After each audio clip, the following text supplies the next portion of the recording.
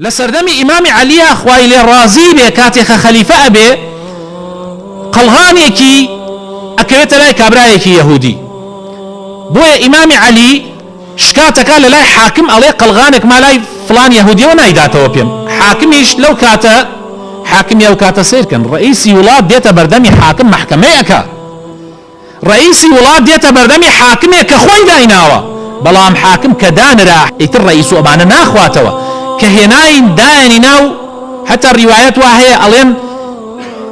يعني شويني بابلين علي توزي برز بو علي رازينا بوتيتي أبي شوينا كان شمان وكو يكوابي أم جاب علي وتي تو دعواي شيء كيوتي قلغانك ملاي أم كابرا يهودية كابرا يهوديش وتي قلغانك هي خوما هي علينية حاكمك بعلي وتي بلغد بينه بلغة لسر أما بلغة بينه شي بلغة يكتي وتي والله تنها حسيني كرم يعني تنها حسيني كرم وكو شايته لسر أما وتي ناخواتو يك شايتك تريش بينه بتايبت أو شايته كري خوتيشه وتي دي والله شايتي ترمنيه دي وتي تواو حقكي كابراي جولكي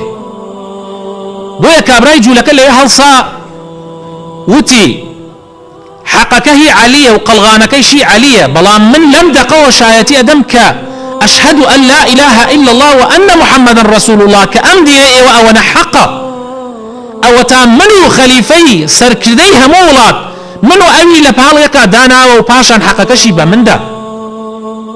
ما شاء الله لم عدالة ولم داد ورية أوابوا عدالة لزماني بيغمر لزماني أوانيك لقطاب خانكي بيغمري خاص صلى الله عليه وسلم درشوبون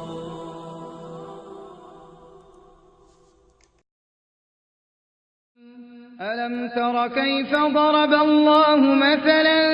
كلمة طيبة كشجرة طيبة